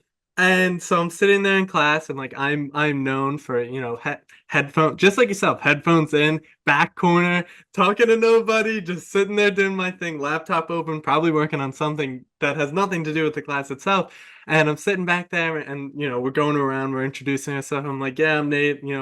I major in philosophy. I took this class because I think it was a philosophy of art. And my teacher was like, "Oh, well, Nate is also a podcaster as well." And like my face got all Amazing. red, and I was like, "Oh, I'm like, yeah, I do that too, whatever." So like still to this day, I still get some nervousness about that, but I couldn't agree more. I feel much more passionate, so much more energetic in my day, so much more happy because I do what I love. Now I have to ask, I heard something on your TED Talk when they were introducing you. You are a talk show host for MKTV, the largest Korean American broadcasting company in the country. Now, what exactly was that? Because I'm so interested in it. I even wrote it down because I wanted to know. Oh my God, thank you. Wow, you did a lot of research. I am really impressed. Wow, I am really impressed. Because I have a podcast too. And then when I interview people, something I do is I'll do a lot when I wrote my book, I'll research a lot about the guest to a point where they're surprised and impressed at the level of research. And then the conversation goes to somewhere much deeper than it would be for other interviews, right? And then I feel like you did that for me. Like you're kind of all these history that I like kind of like haven't thought about in a long time. So that was so I actually had a talk show before I even wrote the book, because it was back when I was kind of like struggling to figure out my next step. I didn't know what I wanted to do. And just by random chance, someone had invited me to a talk show for a cable television for Korean American audience in New York. And back then, this is, people still watched cable television to watch Korean dramas and stuff like that. And it was fairly popular, I think. And I thought, it was so cool that this person I think just on the side, had a talk show. And I was a guest. And then the next day, the broadcasting company called me and they said, "Hey, if we make you a new show, would you be interested in hosting it? And I was like, what? Like, I don't have any experience in this, or I don't really, I've never done it. I'm a lawyer, right? Like my identity was a lawyer. And I think if I was kind of in that mindset, like that, I should just be a lawyer, I would have probably declined. Because again, remember, like, I'll be like, well, how is that going to help me, be a better lawyer, get a better job, or help me with my legal career path? Then I probably would have declined. But remember, I made a promise to myself, from now on, I'm going to do whatever brings me joy and that I think is fun and meaningful. I'm going to give myself permission to try it. So I said, I thought it would be fun. I had no idea, they could barely pay me. I think they just barely paid for my transportation because it was such a small company.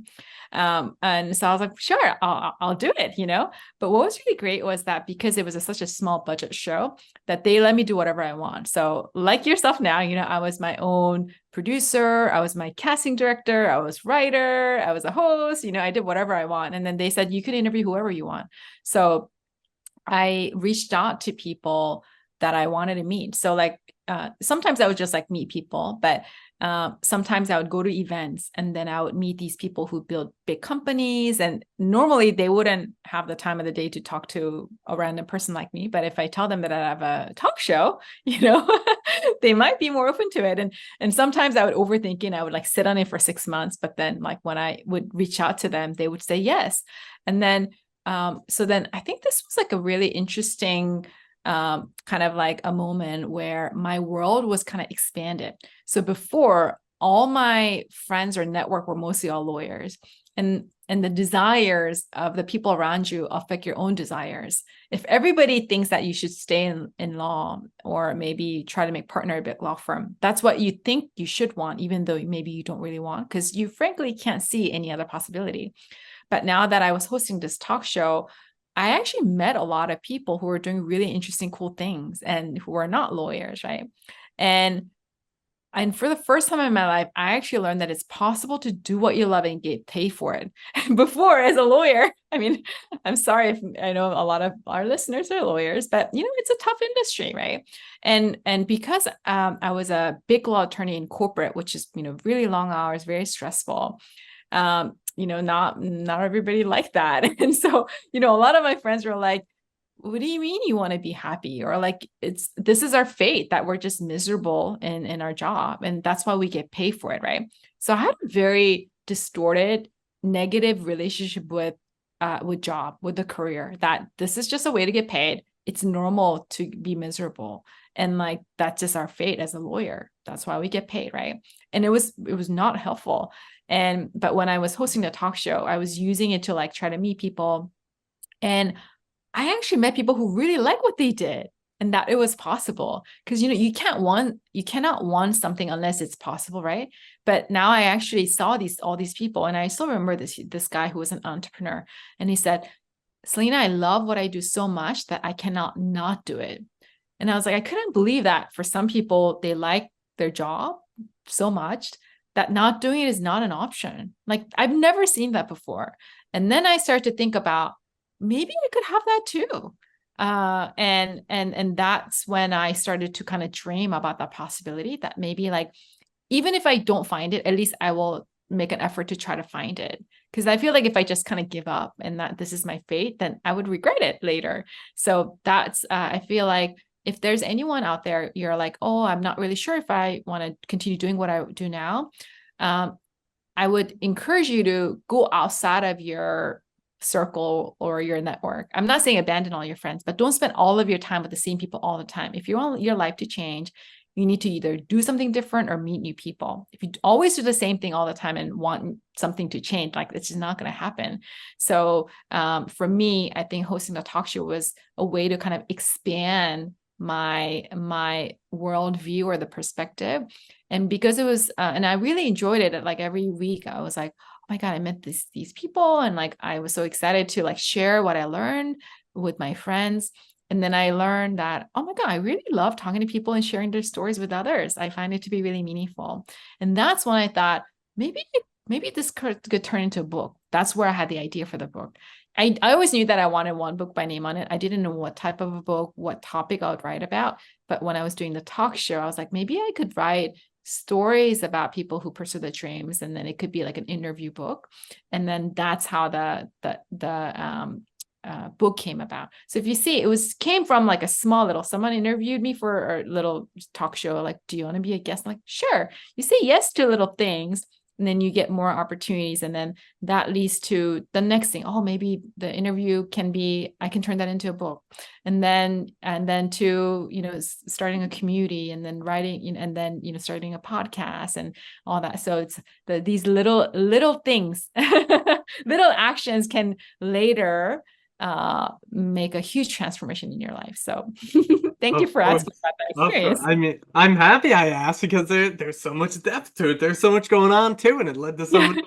So I'm happy I asked about it because I was really interested about it, and I knew it had to do something with something, because I was like, oh wow, that's like really interesting. Like it's just something that jumped off the page on me when I heard it and when I read it, and I was like, wait, what? And I was like, okay, now I have to ask about it. But another thing I have to ask about, in your LinkedIn bio, you make people take a quiz before they decide do they cook it. So I haven't taken the quiz yet. I'm going to take the quiz after this now. But what is the quiz about, and what exactly are you looking for in that quiz? Yeah. So I've been a coach for like almost 8 years now. And every day and all day, I hear stories that people share with me about their career journey that a lot of times they haven't shared with even their close ones, right? So I feel like I have a pretty unique insight into human mind and human journey. And I at this point, I have a pattern and like a theme. And I've seen that a lot of times people don't realize the role that they play in keeping themselves stuck. And there's a lot of like, obviously there's some external barriers and obstacles, but a lot of times those struggles are internal. And so I designed a coaching framework. And then I also made this quiz because I wanted a fun way people to figure out. It's called, what's the one thing standing between you and a fulfilling career, right? Everybody wants a fulfilling career, but a lot of us kind of don't know how to get there, like myself included, right? So what is that one thing that is keeping you stuck? What is that one thing that you need? And what is that one thing that's standing between you and a fulfilling career? So based on a lot of kind of research and like what I've learned over the years of working as a coach about what people need to move themselves forward into the direction of life that they want to go, and also into a fulfilling career, I figured out some patterns. And then so I developed this quiz. So I would love for you to take it, and I would love for anybody else listening. It's on my website. My website is celinalee.co. So my name spells with the C, not with an S, for those podcast listeners. It's CELINALEE.co/quiz. And then, I would love for you to take it. I've gotten a lot of amazing feedback that like people just really love taking it, and then they learn so much about themselves just from the process of taking it. And also I give you a little bit feedback about what may be going on. Law students, are you feeling overwhelmed, stressed, or short on time in law school? Maybe you just want someone to show you a step-by-step framework to master the topics you're learning in your classes. I know the pressure you're under, and I've got the perfect solution for you. My course, The Law School Operating System, is proven to help you conquer law school with confidence and ease. Created by Lisa Blasser, a former guest on the podcast and founder of the Law School Success Institute, this course breaks down every subject into manageable main topics that you run through a comprehensive study system to thoroughly prepare you for class and final exams.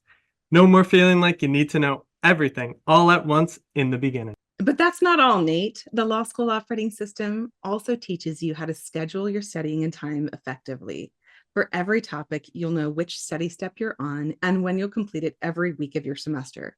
No more mad dash cram sessions, more time with your loved ones. And with my system, you'll walk into your exams knowing you've given 100% of yourself, that there's nothing more you could have done to succeed, and there's no better confidence than that. Lisa breaks it down like this: one class, one list of main topics, and one system to master each topic. With recorded and live sessions for students available on her website and partnerships with law schools nationwide, the law school operating system is here to help you thrive from day one to the final exam. Ready to take control of your law school journey and operate at your full potential in law school? Visit www.lisablassers.com today and enroll in the law school operating system. Be sure to use code LSOSNATE10 at checkout for 10% off the recorded course. That is code LSOSNATE10 at checkout. Now, back to the show. I mean, I can't wait for my feedback. And for everyone out there listening, don't worry, because Celina's website will be in the description below. Yes. Everything else, including your podcast, including your book, everything you could possibly think about that Celina Lee has done will be in the description below, so do not worry. But Celina, we are now down to our last 5 questions. The first of the 5 questions, I will try to formulate it in a way where it relates to you, but over the entirety of this podcast, I've seen that the legal industry is moving in a certain way, that people are adopting more AI software technologies, which you know very much about since you worked at one, and other software technologies, ChatGPT, all the new fun stuff that's been coming out. So this is sort of the tech stack question per se. What does your tech stack look like, and what sort of suggestions would you have for people out there? You mean for now that with this technology, how should one think about their career path? Would that be the question, or about the legal industry in general? Just more or less asking what technology you use. Oh, I use. Got it. I do have ChatGPT. I actually started using it. I'm still involved with the AI startup, and I help them, not as full time. So I've actually been using it for a lot more than most people. So when it really rolled out, I wasn't surprised because I was already using it. So I do have it. I don't use it as much as maybe many other people do, just because when it comes to writing, I want it to be my voice. So, and want it to be like, I write and share stories, so that I can connect with people. And I feel like I can do it better than an AI, to do that. So I don't use it as much. Sometimes I'll use it for like brainstorming, like give me ideas about XYZ, or things that I want to get information about. Like, if I'm traveling and I need like, the other day, like, oh, what's the phone number for JetBlue or something like that. I wanted to fact check, so like I'll use it kind of like I would Google, but I haven't used it really for my work. And maybe I should a little bit more. People who are in my line of work, a lot of them say that it saves them time. So I haven't really used it as much. But I also know that for other tools, there's other tools, when for my podcast, it takes a lot of work to edit, right? Even though, I have an audio engineer, there's a lot that goes behind the scene. So there are some tools out there with the help of AI that could kind of speed up the process, put the things like something that I, used before was also like transcribing. So like audio into text. So those things with the help of technology, it could be a lot faster than, hiring a real person to do, which was a thing back then. So many years ago, I know that people would hire, I haven't done it myself, to transcribe their audio into text. But now with AI, like there's no need for that. So those things I really think is helpful. But I think with ChatGPT and other AI, with anything, I think if you can use it as a tool to enhance your life or to improve, either you save time or to do the things that you do better. But I wouldn't use it for me to replace the more core things, which is writing or speaking and things like that. And everybody has a different use. But I don't know. I feel like, nowadays, now that I work as a coach, so a big topic, of course, for coaching is career journey. So a majority of my clients come to me with figuring out their next step, how to transition to fulfilling careers to achieve their goals and dreams and things like that. Now it's another topic that a lot of clients come to me with personal branding. So they want to, I guess, kind of do what I do and develop your own brand. So you could, and that's actually really smart. I didn't really start out doing my thing with that thought, but somehow I guess I became known for, what I do. And then so when some of my clients work, we work on personal branding. I tell them, you can use ChatGPT as a tool, but it has to be your voice. You could use it to like maybe generate ideas, or like, oh, let's say if you're going to write about time management, you could say, oh, give me some ideas about time management. But I do want you to write it with your own experience, because I think that's more powerful. And nowadays, I feel like a lot of people use ChatGPT. It's a little bit obvious. Like you could kind of like see that someone is, wrote it. Like you kind of feel that it's not really authentic. And I feel like if your goal of using LinkedIn or any kind of social media platform, or, writing in general, is to connect with people, to show the world who you are, if you use it too much and then you use it too heavily to a point where it was not really your voice, that could be a turnoff and actually work against you. Like there's no point. Like you didn't have to write that LinkedIn post, but by doing it with the ChatGPT and everybody knowing about it, I don't think it's going to help you. So I think it could be a tool if you're using it in the right way. But for me, I really haven't used it a lot. Maybe I should think about that. No, I mean, and to piggyback on what you were saying, I absolutely agree. It is a tool at the end of the day. But I've done a lot of research into it. I've known about ChatGPT since my freshman year of college, so it's been like Wow. almost 3.5 years. And just like you said, like a lot of people using it on LinkedIn and stuff, I see right through it. I know what it looks like. But I use it very much as just a tool, and I've done a lot of research into ways that you can frame questions, ways that you can, frame it to give an answer that will help you, that will make it a very useful tool. Because from the way that I've seen it and the way that I have sort of used it nowadays, it's such a powerful tool for me because it does things that I never even thought something like How it do you use could. it? What do you use it for? I'm curious. So I use it just like you said, a lot of brainstorming, but I include like people's like very prominent people's names. So like if I'm trying to brainstorm ideas for an article or brainstorm ideas for pretty much anything, I will, I'll throw in like brainstorm these ideas, but do it like you're Joe Rogan or Tim Ferriss or Oh, any of, interesting. so you can tap into like the greatest minds to ever live and sort of put it through there, and it will frame it in a way that they would do those things. So Oh, that's that's the most interesting. powerful sort of thing that I've started doing that really, really works for me, and I love it very much. But Mhm. fourth to last question here, Celina, you said you love books. You've been reading your whole life. You wrote your own book. How Yeah. wonderful is that? But live on the Lawyers in the Making podcast, what are your book recommendations for people? Doesn't have to be about the law, just some of your favorite books you've ever read, something you give a gift to someone. Oh my God. I mean, so many books. That's a really, really, really hard one. Um, Actually, one of the law school essays I wrote about was Tuesday Morning with Maury. I don't know if do you know that book? I do know that You book. know that book. And I remember I had written, I think it was one of the optional essay or something like that. And I wrote it. And then I remember when I met with the admissions officer, and they're like, Celina, that was a really beautiful essay. Thank you. And I was like, oh my God, like that was amazing, And it's basically a book about this student at the time who I think became a sports journalist. And he reconnects with an old professor who has Lou Gehrig's disease, ALS, now we know as. And then every Tuesday he visits his old professor, and then has a discussion about life.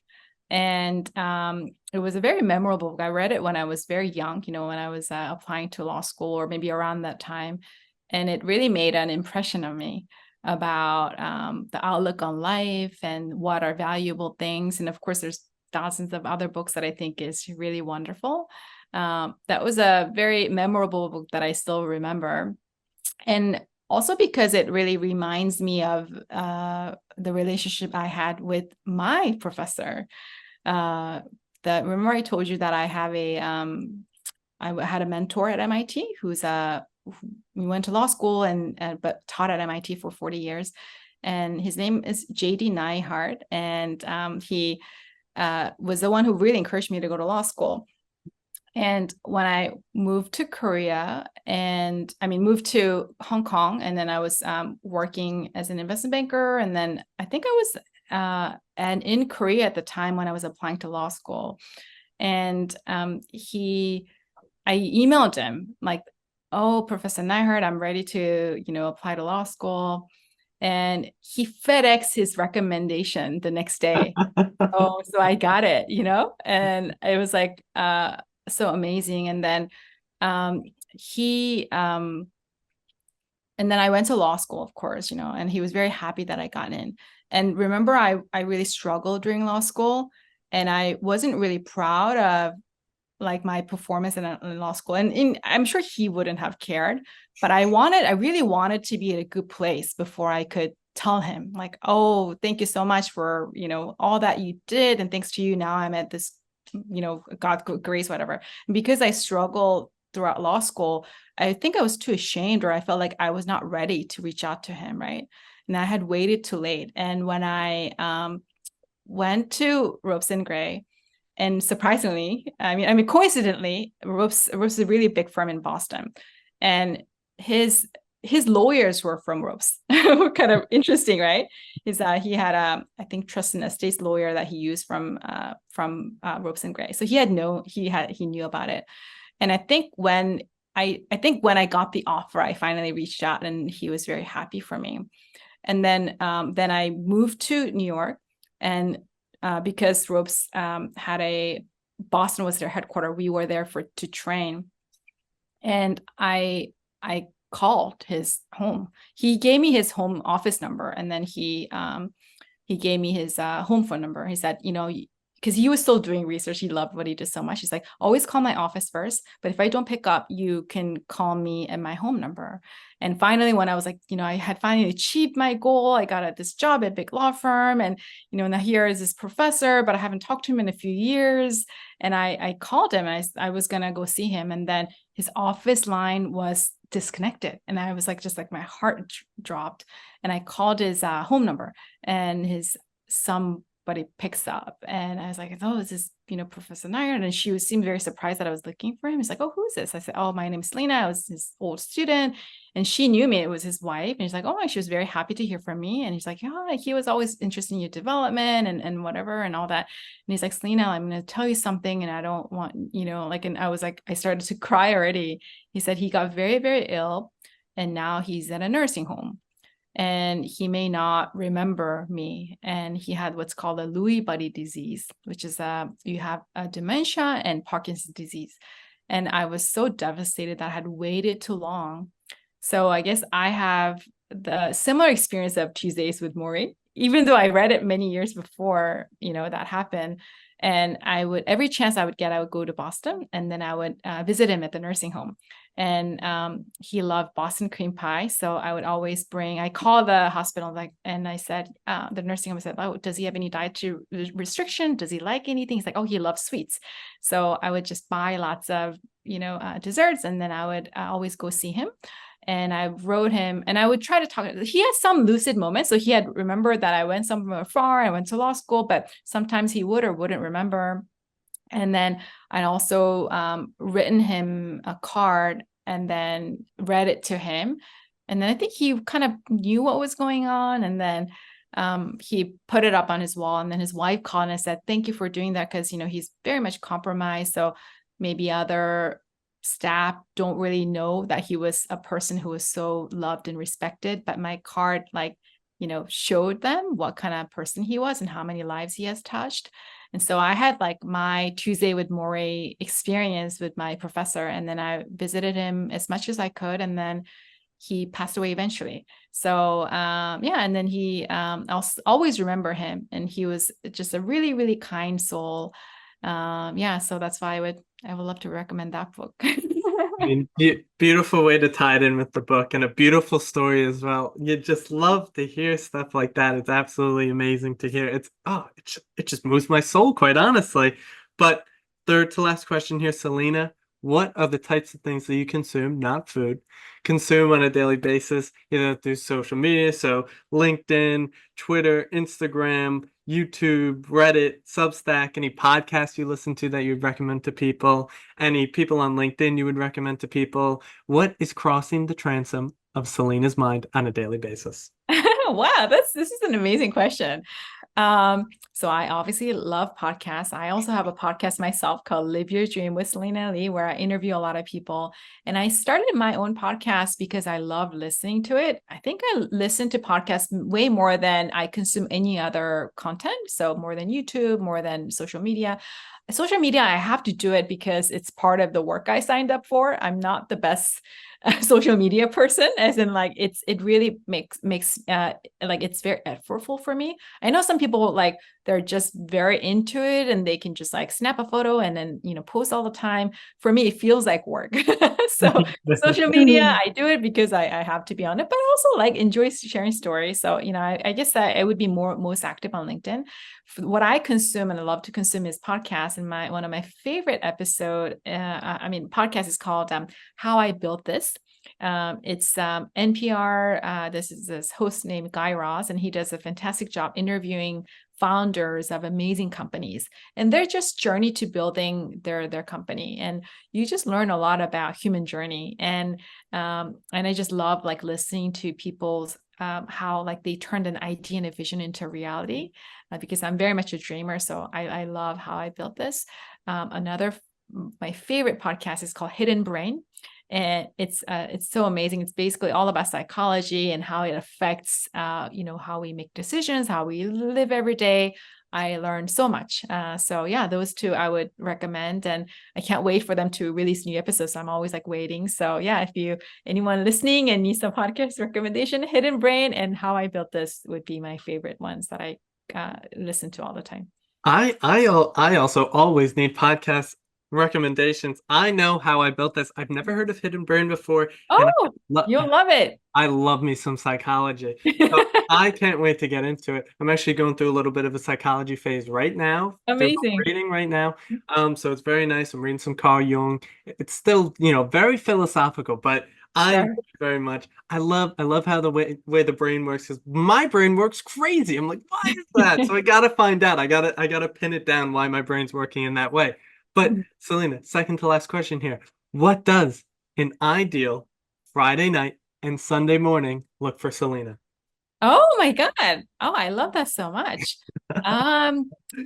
So I'm a night owl, and it's something that has been a struggle my whole life. So I tend to go to bed late and wake up late. And even though the world thinks we're very lazy, the night owl people, I want to prove them wrong. We actually get a lot done. It's just that we have a delayed sleep schedule. So I guess my favorite night, it could be if I'm out. I'm an extrovert like you, so I love to be with friends, and maybe it could be connecting with a friend where, some people you can just like have really deep conversation with. There's some people, they just kind of get you, it doesn't matter what you talk about. You feel like you get them and they get you, And then so I would love to be maybe having a fun conversation with a friend, and just talking about like our dreams and goals and and what they're going through. I get so energized by those conversations. And there's something where like on your way back home and how you feel, like I think that says a lot about how you feel about the relationship. So if I could connect with a dear friend of mine and have a fun conversation on a Friday night, I think that would be really, really fun. And then I love sometimes when it's I go to bed late. So like it's very peaceful at night. Some people are like, do a miracle morning. I'm like, why can't we do a miracle evening? It's just like the same, And sometimes because I'm just much more creative at night. So I love to like daydream or night dream awake. And on sometimes in New York City lately, it rained a little bit late at night. And I'm awake, and then I open my window and I listen to the sound, the rain, listen to music, or maybe read a book or something. And then it's just very, very peaceful. So that would be like my favorite Friday night, where some deep connection with a friend, and then come home and have alone time. Just listen to music and like feel the breeze of the rainy day, and and just in my bed and, like enjoy the summer night. Yeah. And then the next day kind of sleep in, and I love not having to wake up early because obviously I'm a night, but ironically, I also love breakfast, but I'm never up for like, I don't get up early enough to eat them. So maybe kind of a late start and then maybe a fun brunch with a friend or something. And then, I would love to walk around. I live in Manhattan, Chelsea, so there's a really fun, sort of beautiful river by me, Hudson River, and then go to the pier and I listen to my favorite podcast. I walk there, enjoy some sunny day, and then maybe go have a brunch with a friend. I think that'd be really fun. Yeah, just I very more casual. It sounds like a fantastically fun day. I know Chelsea very well. My friend Oh actually yeah. apartment near Chelsea, right near Chelsea Bell. I don't know where Chelsea Bell is, but that's what he told me when we went out into the streets of New York City. He's like, "Remember Chelsea Bell?" I was like, "All right, I'll remember that. That's all I remember." And I did. You'll be back. You'll be back. Exactly. I will be back. Trust me. I need to be back in that city. I love it too much. But Celina, final question. I do this at the end of every single episode. But what are your words of wisdom for the aspiring law students, the current law students, the legal professionals, and pretty much anyone else out there? Because you're suited for that. Thank you so much. Wow. I would love for people to be kinder to themselves. Something I haven't talked about today, but it's an important part of the coaching I do. I've interviewed a lot of people for my book and the podcast. I just gotten to know people really well over a long period of time through my coaching. As I let people tell me a lot of things that they don't share with other people. And I've learned that at the foundation of all success and happiness is how you talk to yourself, how you see yourself, and the relationship you build with yourself. Like that is the most important relationship of your life. And if that is not solid, it doesn't matter what achievements you have or what kind of job title you have, you're not going to be very fulfilled. And I know that a lot of people who work really hard or achieve a lot are kind of really harsh on themselves. And that's it's not a fun way to live. Do you ever have like friends who like only reach out when like something's going well in your life, you get a promotion or whatever, and then they're like all of a sudden want to be your best friend, but normally you never hear from them.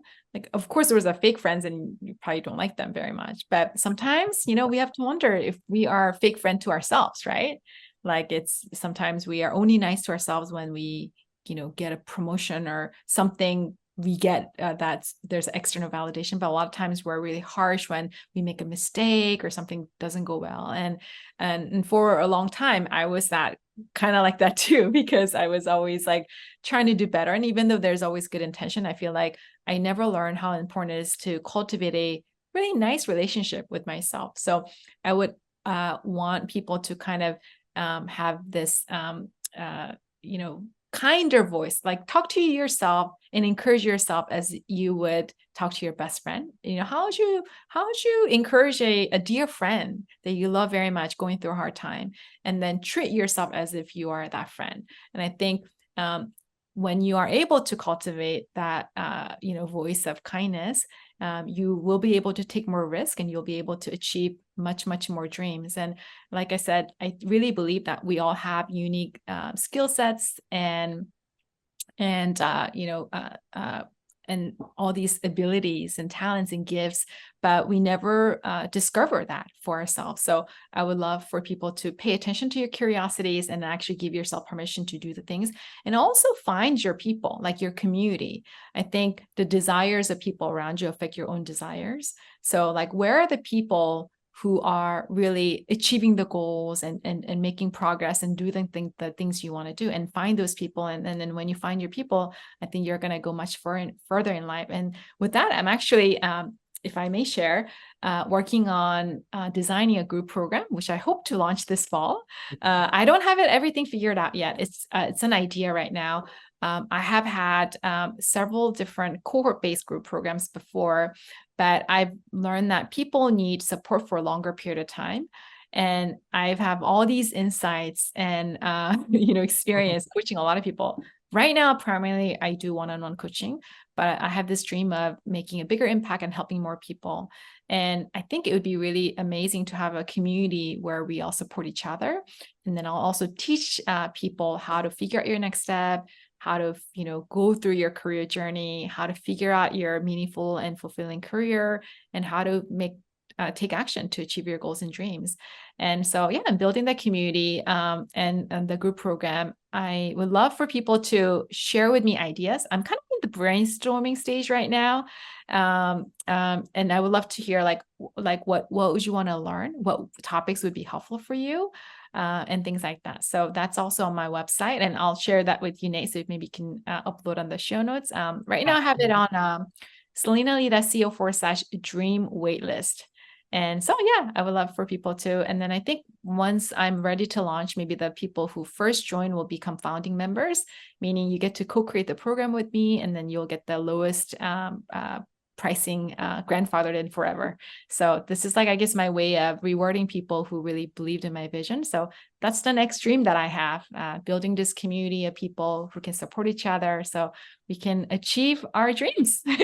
Well, Celina, that was all beautifully said, and I can't wait to see what this new dream looks like when it becomes a reality, because it is bound to become a reality. But Celina, that is the podcast, that is the episode, and we have also broken, looking at the time, we have broken a new Lawyers in the Making record. We have been talking here for almost 2 hours. No podcast has ever went that long in the history of podcast. So that is an honorable achievement we have achieved here today.